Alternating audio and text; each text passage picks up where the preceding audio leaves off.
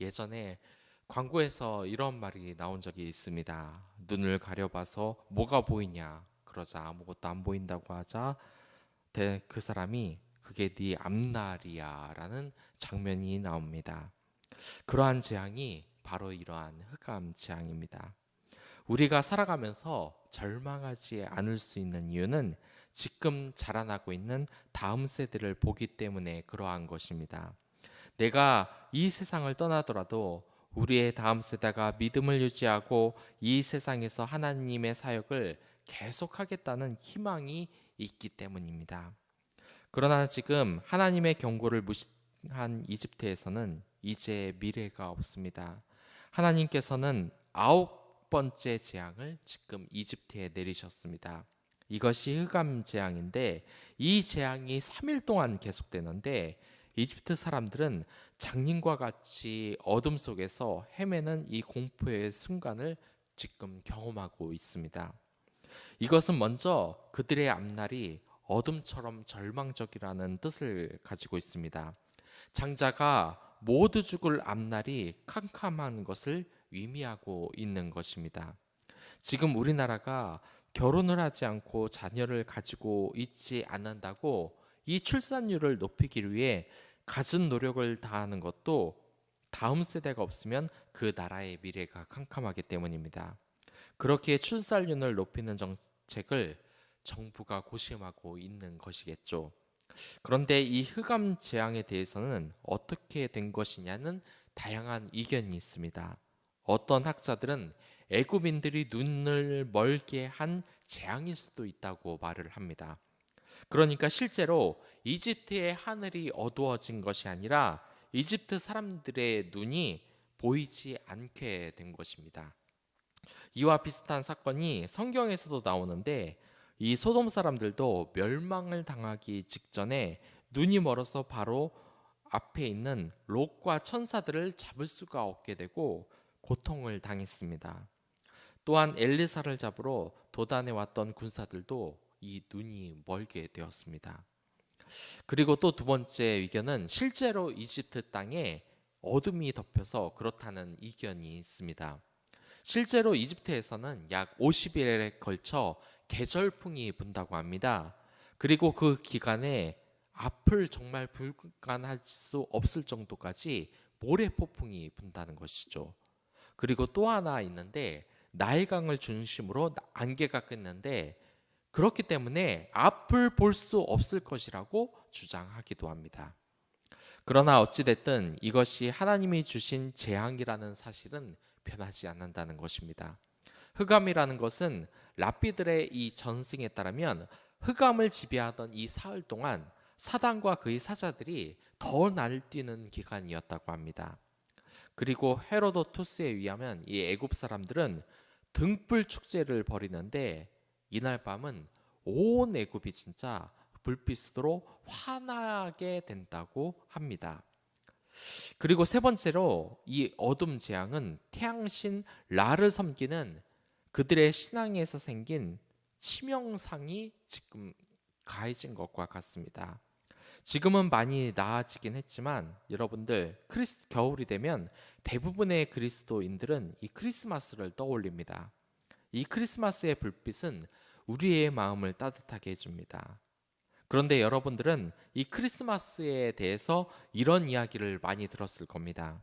원래 예수님의 탄생일이 아니라고요. 사실 그 말이 맞습니다. 그럼 이 날이 어떤 날이냐? 누구의 탄생일이냐? 그것은 바로 태양신의 탄생일입니다. 이것에 대해서 이야기를 하면 워낙에 길어지기 때문에 길게 이야기는 못하겠지만 아무튼 크리스마스를 통해서 우리가 중요하게 기억해야 할 교훈이 있습니다. 그것은 이 세상의 악한 것도 선한 것으로 바꾸는 하나님의 능력입니다. 원래 이 크리스마스는 태양신을 숭배하는 로마의 기념일이었습니다. 하지만 기독교인들을 중심으로 이런 잘못된 이 교도적인 행사를 보니까 이것을 못마땅하게 생각을 한 겁니다. 너무나 당연하죠. 오직 하나님만을 섬겨야 하는데 그렇지 하지 않고 다른 신을 섬기는 것은 국가적으로 이렇게 결코 기독교인들이 봤을 때 좋지 않았던 것입니다. 그렇게 기독교인을 중심으로 이 태양신을 섬기는 축제일을 예수 그리스도의 탄생일로 바꿔 그날을 예수님을 찬양하는 날로 바꿨는데 그게 바로 크리스마스인 겁니다. 그래서 우리가 아는 크리스마스에 선물을 주고받는 이 행사도 원래 태양신을 숭배하고 그의 탄생을 축하하면서 선물을 주고받는 날이었는데 이것이 바뀌어 버린 것입니다. 그래서 이것이 예수 아기를 탄생을 기념하고 예수님의 뜻, 그러니까 이웃사랑을 실천하는 날로 바뀌었던 것입니다. 그런데 사단도 세월이 지나면서 지금 점점점 똑똑해지고 있습니다. 사단도 이와 비슷한 전략을 사용하는데 크리스마스를 음란한 영이 판치는 날로 우리를 공격하고 있는 것입니다. 예전에 제 친구가 크리스마스를 애인이랑 보낸다면서 제 앞에서 약을 올린 적이 있는데 저는 이 크리스마스는 가족들과 함께 보내는 것이라고 이야기를 했습니다. 그러나 정말 그리스도인이라면 크리스마스는 예수님을 축하하는 날이라고 대답이 하는 것이 더 나았겠지요. 아무튼 이 크리스마스도 그리스도인들이 이것을 예수님의 탄생일로 바꾸고 사단의 세력들은 크리스마스를 또한 남녀가 데이트하는 날로 지금 바꾸려고 하고 있습니다. 이러한 영적 싸움은 우리 곳곳에 있습니다. 이제 할로윈데이, 즉 악한 영과 귀신을 쫓아낸다는 취지로 벌어지는 기념일이 결코 좋은 날이 아니라는 것을 여러분들 모두 아실 겁니다. 저는 제 조카가 보는 이 유튜브 동영상을 보고 너무 놀랐습니다. 거기에서 보니까 할로윈 특집이라면서 어머니가 인형들과 장난감을 보여주는데 정말 끔찍하더라고요. 눈 모양의 사탕이랑 손뼈와 다리뼈를 아이들에게 엄마가 인자한 미소를 펼치면서 보여주는 겁니다. 저는 그거 보고서 정말 깜짝 놀랐습니다. 이렇게 징그러운 것을 왜 아이에게 주는지, 이건 아이의 영에 아주 안 좋은 영향을 주는 겁니다. 그리고 그 엄마는 이제 할로윈 대위에 나오는 끔찍한 지네와 거미 모양의 장난감과 인형을 꺼내주는데 정말 너무 징그럽더라고요. 제가 아는 어떤 그 선생님의 자녀는 이 학원에서 할로윈 데이를 하는데 굉장히 힘들었다고 합니다. 다른 친구들은 이 미라나 또한 이 피, 또한 이렇게 막 좀비 같은 이런 분장을 보고 즐거워하는데 이 친구는 벌써 이 성령의 영향을 어렸을 때부터 받은 겁니다. 그렇기 때문에 이런 악학령에 대한 행사를 보고 싫어한 것이죠. 여러분들, 우리도 목소리를 내야 됩니다. 이 세상 사람들, 이 교회 사람들에게 너무 함부로 말을 하지 않습니까? 우리도 우리의 권리를 찾아야 됩니다. 할로윈 데이 같이 이런 것을 왜 학원에서 하냐? 아이들의 영에 전혀 좋지 않은, 정서에 좋지 않은 행사를 왜 아이들을 향해서 하냐? 이것은 아이들의 정서와 그 마음을 망치는 것이다. 당장 중단하라고 얘기할 수 있는 권리가 우리에겐 있는 것입니다. 아무튼 그런 생각이 드는 겁니다. 저 또한 공포 영화와 이 스릴러 영화를 정말 좋아할 때가 있었습니다. 이걸 워낙에 좋아해서 잔인한 장면도 즐겨봤습니다. 하지만 담임 목사님이 잔인한 영화는 영적으로 좋지 않기 때문에 보지 말라는 말을 해서 그 말에 순종을 했습니다. 그리고 성경 읽고 기도를 하는 생활을 한참 했습니다. 일부러 잔인한 영화는 되도록 보지 않으려고 노력을 했어요. 그러나 이제 미디어들이 워낙에 잔인한 것들이 많아서 좀비 영화들이 넘쳐납니다. 그리고 공포 영화를 본 것도 아닌데 끔찍한 장면이 갑작스럽게 영화를 볼 때 튀어나오는 것, 여러분들 많이 경험을 하셨을 겁니다. 그런데 제가 이제 예수님을 믿고 영적인 생활을 하면서 변한 것이 있습니다.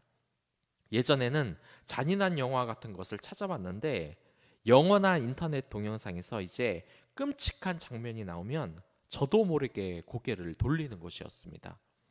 이제 성령으로 인해 그러한 장면을 피하게 되는 마음이 생긴 것이죠. 이게 얼마나 놀라운 변화인지 모르겠습니다. 예전에 청년부 생활을 했을 때 한 여자 청년이 자신은 공포 영화를 전혀 보지 않는다고 하더라고요. 그걸 보면 무서워서 스트레스를 받는데 왜 스트레스를 받아가면서 그것을 보냐는 것이었습니다. 또 남자 청년이 하나 있는데 이 청년은 영화에서 피만 나와도 어지러워서 영화를 못 보더라고요. 저도 그때 믿음이 약했던 시절이라 그 청년들을 보니까 신기한 생각이 들더라고요. 그 재밌는 것을 왜 안 볼까? 놀이동산을 가도 위험하게 빙빙 도는 롤러코스터나 귀신의 집에 들어가면 얼마나 재밌습니까? 그러나 제가 이제 믿음을 가지고 영적인 것을 이해하니까 공포 영화를 보면서 스릴을 느끼는 것이 내 영을 얼마나 상하게 하는지 나중에 알게 되었습니다. 이 악한 영들은 우리가 자신을 파괴하는 것에 쾌감을 느끼도록 얼마나 조장을 많이 하는지 모릅니다. 유명한 스트리밍 사이트만 가보십시오. 이 영화 포스터나 드라마 포스터만 보면 늘 안 좋은 내용이 많습니다. 그 장면이 엄청나게 폭력적이고 음란한 것들로 채워져 있습니다. 이것은 영적으로 우리를 파괴한다는 것을 여러분들 꼭 인식하길 바랍니다. 단장 그런 장면이 나오면 TV를 끄고 TV를 부수란 얘기가 아니라 이게 내용에 좋지 않지. 되도록 보지 않는 것이 좋겠다라는 마음을 가지라는 겁니다. 지금 우리가 사는 세상에 얼마나 영적 정쟁이 치열하게 벌어지는지 여러분들 얼마나 알고 계십니까? 크리스마스를 가지고도 악한 영들과 싸우고 또한 할로윈 데이에서도 악한 영들과 지금 싸우는 것입니다. 그러나 우리가 분명히 알아야 할 것이 있는데 결국 승리자는 하나님이라는 것입니다. 여기에서 지금 이 흑암 재앙을 통하여 하나님이 보여주시는 것이 있습니다. 애굽 사람들에게 가장 중요한 신은 바로 태양신입니다. 이 태양신 라는 이집트가 최초로 만든 신이고 태양신 라를 섬기는 의식이 가장 중요한 행사입니다. 하나님께서 모세를 통해 이 흑암 재앙을 이집트 땅에 내렸을 때 그들은 태양신에게 도와달라고 했을 것입니다. 하지만 이집트에서 가장 숭배되는 이 태양신이 지금 하나님과의 싸움에서 전혀 힘을 쓰지 못하고 있습니다. 하나님에게 대항하는 세력들이 다 이러한 것입니다. 블레셋의 다곤신이 하나님의 언약궤와 같이 있자 목과 팔이 잘려져 버린 사건도 이러한 것을 뜻합니다. 어디 하나님께 대결을 할 생각을 하냐 말이죠. 이집트 사람들은 태양신 라와 그리고 어둠을 상징하는 아포피스가 싸움을 한다고 생각을 했어요. 그리고 라가 승리하면 낮이 되고 아포피스가 승리하면 밤이 된다고 믿은 것이었습니다. 그러니 이 태양신 라가 이기는 것이 정말 중요했는데 지금 이 태양신이 하나님으로 인해 3일 동안 전혀 자신들을 구원하지 못하고 있는 것입니다. 여기에서 이스라엘 백성이 사는 이 고생땀만 빚을 주시는 것은 이러한 하나님의 진노가 믿는 사람에게는 임하지 않는다는 것을 뜻합니다. 그렇기에 여러분들은 지금 종말의 때라고 해도 전혀 두려워할 필요가 없는 것입니다. 어차피 이 비참한 종말은 악의 세력과 믿지 않고 버티는 악인들에게 임하는 것이지 그 날이 믿는 사람들에게는 영생을 얻는 축복의 날인 것입니다. 이제 하나님께서 애굽에 3일 동안 이집트 땅에 이 어둠을 행사하신 것은 이집트에게 주신 마지막 구원의 기회를 이제 빼앗았다는 의미가 있습니다. 하나님은 빛이기 때문에 이집트에게 빛이 없는 상태는 이제 그들이 구원과 멀어졌다는 것을 상징하는 것입니다. 여기에서 바로는 또 하나의 타협을 시도를 합니다. 이제 9번째 재앙으로 완전히 나라가 엉망이 되었어도 타협을 하려고 해요. 이번에는 가축을 두고 가면 떠나도 좋다는 겁니다. 왜 가축을 못 가져가게 하겠습니까? 경제적인 타격을 조금이라도 줄여야 하기 때문입니다. 코미디 프로에서 그럼 소는 누가 키우냐라는 말이 유행을 한 적이 있죠. 예전에는 이 가축이 큰 재산이었기 때문입니다. 그러나 모세는 현명하게 이 바로의 제안을 거절을 합니다. 왜 거절을 했겠습니까? 그것은 두 가지 면에서 부당합니다. 먼저 첫 번째로 가축은 그들의 재산이었기 때문에 가져가는 것이 당연히 맞습니다. 예전에 저는 월급을 안 주는 사정 때문에 속이 상한 적이 있어요. 그냥 한 달이라는 시간을 일하고도 그 대가를 전혀 받지 못했던 겁니다. 그래서 그만둔다고 하니까 그 사람이 그러더라고요. 그럼 가라고. 그런데 그냥 가는 것이 아니지 않습니까? 가기 전에 계산을 해야지. 내가 한 노동에 대해서 대가를 지불하고 가라고 해야 한다고 이렇게 하는데, 이렇게 말을 해도 그 사람은 전혀 움직이지를 않습니다. 내가 내 재산을 가지고 어디를 가든 그것은 내 마음인 것입니다. 떠나가더라도 자신의 정당한 대가를 가지고 가야 하는 것은 너무나 당연한 일입니다. 그러나 바로는 그것마저 지금 허락하지 않는 것입니다. 정말 완악한 것이죠. 그렇게 여러분들은 만약에 높은 자리에 있다면 밑에 있는 직원들의 그 정당한 권리를 모두 챙겨 주셔야 합니다. 아무런 돈을 추가해 주지도 않으면서 밤샘을 시키거나 휴일에도 일을 시키는 것은 하나님이 결코 기뻐하시는 일도 아니며 이웃사랑을 실천하지 않는 죄악인 것입니다. 또한 모세가 가축을 놔두고 떠나길 거절한 두 번째 이유가 있는데, 이 가축이 없으면 하나님께 제사를 드리지 못하기 때문입니다. 이것은 정말 큰 문제입니다.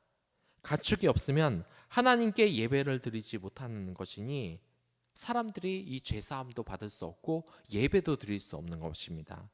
그렇기 때문에 우리들도 이것을 꼭 기억해야겠습니다. 절대로 필요한 것도 아닌데 주일에 출근을 시키는 직장에 여러분들 웬만하면 다니지 마십시오. 이런 분야는 특히 디자인 분야가 많은데 이들은 정말 일주일 내내 일을 합니다. 특히 제가 아는 청년은 방송을 하는 그런 기업에서 일을 했는데 주일날 쉴 수 있겠느냐고 질문에 싹 무시를 하고 오히려 정말 건방진 신입이 들어왔다고 이야기를 하는 것입니다. 그러나 여러분들, 지금 이 비난이 정당한 것입니다. 잘 생각해 보십시오. 일주일이 하루를 쉬는 것은 너무나 당연한 근로자의 권리입니다. 그 당연한 권리에 대해서 말을 하는 것은 당연합니다. 그것조차 말을 하는데 싹 무시를 하고 오히려 왕따를 하듯이 신입이 건방지게 쉴 생각을 한다고 말을 하는 것은, 그러한 직장이라면 여러분들 근로자의 인권 같은 것은 전혀 신경 쓰지 않을 곳일 가능성이 큽니다. 그런 회사에 다니는 사람들의 근무 시간을 한번 보십시오. 근무 기간을 한번 보십시오. 아마 대부분 1, 2년도 채 안 된 사람들이 많을 겁니다. 왜 그렇겠습니까? 직원들에게 휴일도 안 주는 비인간적인 회사이기에 사람들이 그것을 알고 오래 다니지 않는 것입니다. 물론 주일에 꼭 근무를 해야 하는 직업은 예외입니다. 군인, 경찰, 간호사 같은 직업이 그렇습니다.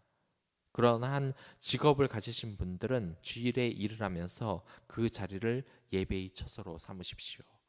요즘은 디자인 회사나 또한 밤샘이 유망한 게임 회사도 이 일주일에 한 번의 복지를 지키고 있습니다. 그런 회사를 여러분들 선택하시기 바라겠습니다. 그것이 믿음을 지키는 글입니다. 그리고 꼭 날짜가 일요일이라고 그날만 예배 드리는 것도 아닙니다. 실제로 지금 토요일에 주일 예배를 드리는 시도를 하는 교회들이 있는데 이것은 바람직한 현상입니다. 주일날 코로나 때문에 모든 인원을 수용할 수 없기에 토요일도 주일 예배를 드리는 것인데, 날짜가 꼭 빨간 날이 아니면 주일 예배를 드리면 안 된다. 이러한 것은 여러분들 율법에 얽매여 있는 것입니다. 성경 어디에서도 있는 이야기가 아닙니다. 또한 코로나라는 특수한 상황이기에 토요일을 주일 삼아서 예배를 드리게 되면 되는 것입니다. 그러나 성도들에게 왜 원래는 안식일이 토요일이었는데 일요일로 바뀐 것인지, 그리고 왜 토요일 날 주일 예배를 드려도 괜찮은 것인지에 대한 충분한 설명은 당연히 있어야 할 것입니다. 이러한 설명을 충분히 하고 토요일 날도 주일 예배를 드린다는 것이 결코 성경적으로 어긋나는 것이 아니다라는 설명을 충분히 해야겠죠. 그러나 그럼에도 불구하고 토요일 날도 주일 예배를 드린다고 이단이라고 말하는 것은 신학의 깊이가 대단히 낮은 것입니다. 특히 제가 직장에서 사목으로 일했을 당시 직장의 특수성이 있었습니다.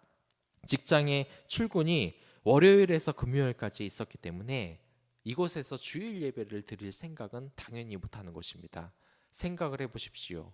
주일날 다 쉬는데 주일 예배 들어야 된다고 직원들을 출근시킨다면 그게 덕이 되겠습니까?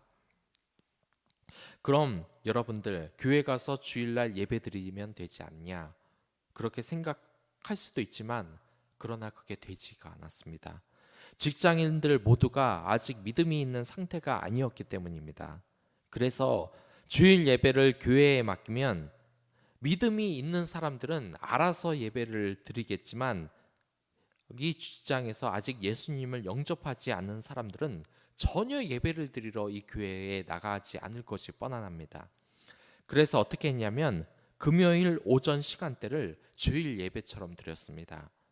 이때라면 교회를 다니지 않는 직원들도 함께 예배를 드릴 수 있기 때문에 그들이 예배를 참석하는 경험을 실제로 해보고 또한 예수님을 영접할 수 있기 때문입니다. 또한 군부대 같은 경우는 주일 예배의 경계를 서야 하는 군인들이 예배를 드릴 수 없기에 주일 예배 밤이나 아니면 월요일이나 토요일을 주일로 삼아서 예배를 드리는 것도 좋은 방법입니다. 그러나 여러분들, 이것은 정말 어쩔 수 없는 경우에 하는 것이지 코로나와 이런 주일에도 일을 하는 직장 같은 것, 내 편의에 따라서 내 마음대로 월요일날, 화요일날, 수요일날 동영상 틀어놓고 그냥 예배드리라는 소리가 아닙니다. 이것은 거룩함도 없고 내 편의에 의해서 예배를 조작하는 것이기 때문에 하나님이 화를 내시는 일이라는 것 여러분들이 기억하셨으면 좋겠습니다. 아무튼 중요한 것은 여러분들 바로와 같이 하나님을 능멸하는 이 타협안은 절대로 해서는 안 되는 것입니다. 여러분들은 하나님께 예배를 어떻게든 드릴 수 있는 방향으로 생각을 하시고 예배 드리는 것을 목숨처럼 생각을 하십시오. 저 또한 주일날 예배가 힘든 성도가 있다면 그 성도들을 토요일에 불러 예배를 드릴 수 있게 할 생각을 가지고 있습니다. 하나님을 능멸하고 타협하려고 하는 이 발언은 이 타협이 성공은 하나도 하지 못하고 자꾸 자신을 올가매고 있습니다. 하나님에게 덤비는 것은 정말 어리석은 일입니다. 결국 죽게 될 이가 바로왕 본인이 된다는 생각을 이는 지금 전혀 하고 있지를 못합니다. 29절을 보면 이제 모세가 정말 무서운 말을 합니다. 당신이 이제 나를 죽인다고 사라지라고 했으니까 이제 더 이상 앞에 나타나지 않겠다고 이야기를 합니다. 이제 믿지 않는 바로를 위해 기도를 해주던 의인이 영원히 앞에 나타나지 않겠다는 것입니다. 이게 얼마나 무서운 말입니까? 역사적으로도 타락한 왕 곁에는 충신이 있기 마련이었습니다. 하지만 그러한 충언을 듣지 않고 간신배들과 나라를 돌보지 않으면 충신은 떠나가게 되어 있습니다. 그러한 위인들이 떠나가면 왕의 최후는 너무나 뻔한 것입니다. 아무튼 이제 바로는 끝장이 난 겁니다. 여러분들, 사람들을 얕보고 악행을 행하지 마십시오. 그들이 바로 예수님이고 우리는 그들을 사랑하고 돌보아야 하는 의무가 있는 것입니다. 요즘 영화에서 자주 나오는데 악당이 평소대로 나쁜 짓을 했는데 그게 알고 보니 전직 킬러, 또 지옥 같은 전쟁에서 살아남은 특수부대원인 내용이 참 많습니다. 악당이 모두 죽고 말죠. 희한하게 괴롭히는 사람마다 자신보다 싸움 능력이 월등해서 오히려 자신을 죽이는 겁니다. 우리 인생도 마찬가지입니다. 우리 옆에 있는 그 사람이 그냥 평범한 사람처럼 보이십니까? 그 사람은 예수님이 말한 이 이스라엘 백성, 언약 백성이며 바로 우리의 이웃입니다. 그를 위해 물 한 잔 주지 않고 핍박하고 무시하면 그것이 나중에 우리에게 돌아오게 돼 있습니다. 이 바로처럼 말이죠. 그에게 물 한 잔 주며 따뜻한 말 한마디와 배려가 예수님에게 한 것으로 나중에 상으로 돌아올 것입니다. 바로와 같은 완악함에 지지 말고 마음을 돌려 선한 삶을 살아가는 모두가 됐으면 좋겠습니다. 그럼 다 같이 기도하겠습니다.